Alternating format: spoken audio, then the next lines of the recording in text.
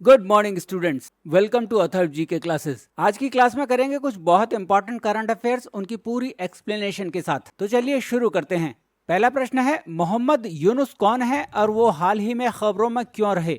उत्तर है, मोहम्मद यूनुस बांग्लादेश में ग्रामीण बैंक के संस्थापक हैं। उन्हें 2006 में नोबेल पुरस्कार भी मिल चुका है और वो खबरों में इसलिए थे क्योंकि हाल ही में बांग्लादेश सुप्रीम कोर्ट ने उन्हें टैक्स के रूप में 12 करोड़ टका भुगतान करने का आदेश दिया है। आपको पता होना चाहिए कि बांग्लादेश की ऑफिशियल करेंसी टका है। बांग्लादेश का जन्म 1971 में हुआ और उनके राष्ट्रीय गान आमार सोनार बांग्लादेश के रचयिता गुरुदेव रविंद्रनाथ टैगोर हैं, जिन्होंने भारत का राष्ट्रीय गान जन गण मन भी लिखा है। अगले प्रश्न पर चलते हैं। यूनेस्को का मुख्यालय कहाँ है और कौन सा देश हाल ही में यूनेस्को में पुनः शामिल हुआ है? उत्तर है, इसका मुख्यालय पेरिस में है और संयुक्त राज्य अमेरिका हाल ही में यूनेस्को में पुनः शामिल हुआ है।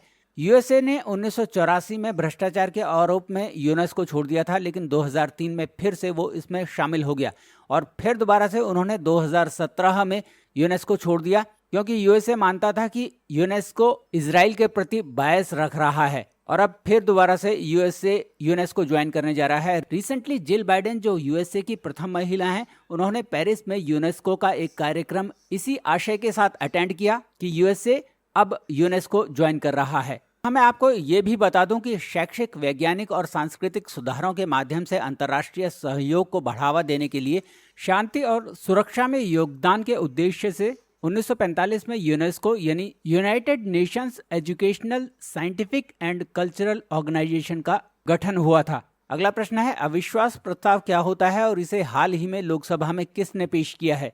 उत्तर है, अविश्वास प्रस्ताव किसी विपक्षी दल द्वारा वर्तमान सरकार को सदन में अपना बहुमत प्रदर्शित करने के लिए मजबूर करने के लिए उठाया गया एक कदम होता है। हाल ही में कांग्रेस के उपनेता गौरव गोगोई ने लोकसभा में अविश्वास प्रस्ताव की पहल की है।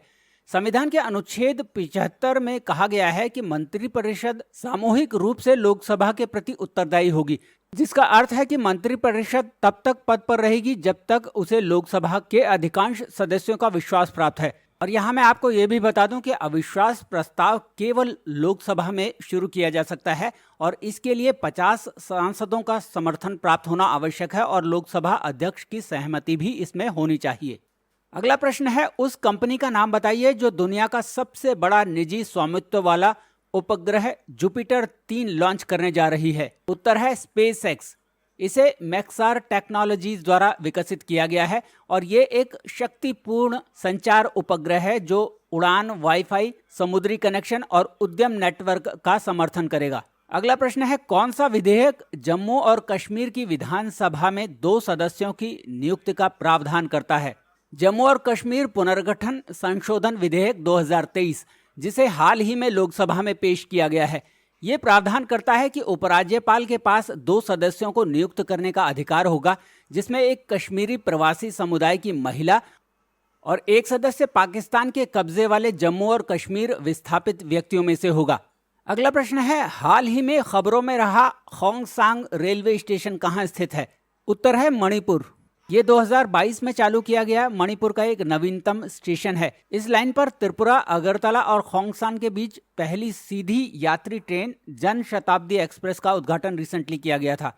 अगला प्रश्न है, भारतीय वित्तीय सेवा केंद्र कहाँ स्थित है और ये हाल ही में क्यों खबरों में था? उत्तर है, ये अहमदाबाद में स्थित है। सरकार के निर्णय के अनुसार ये सूचीबद्ध और गैर सूचीबद्ध घरेलू कंपनियों को अहमदाबाद के आईएफएससी पर सीधे अपने इक्विटी शेयर सूचीबद्ध करने में सक्षम बनाएगा। इससे भारतीय कंपनियों की वैश्विक पूंजी तक पहुंच आसान हो जाएगी और इसके परिणाम स्वरूप भारतीय कंपनियों का बेहतर मूल्यांकन होगा। अगला प्रश्न है, किस यूरोपीय देश ने आईसीसी पुरुष T20 विश्व कप 2024 के लिए क्वालिफाई कर लिया है? उत्तर है, आयरलैंड ने। आईसीसी पुरुष T20 विश्व कप 2024 का आयोजन वेस्ट इंडीज और अमेरिका द्वारा किया जाएगा और इसमें 20 टीमें भाग लेंगी।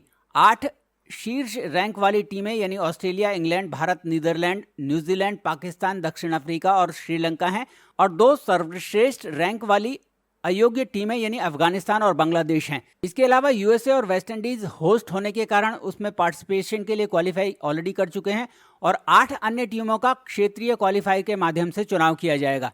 इसी क्रम में आयरलैंड ने यूरोप से क्वालिफाई किया है। तो स्टूडेंट्स, ये थे कुछ करंट अफेयर्स एक्सप्लेनेशन के साथ। आई होप आपको ये वीडियो पसंद आया हो। अगर आपको ये वीडियो पसंद आया तो इसे लाइक और शेयर जरूर कीजिएगा और करंट अफेयर्स और जीके के लिए इस चैनल को जरूर सब्सक्राइब कीजिएगा। Thank you very much for watching this video.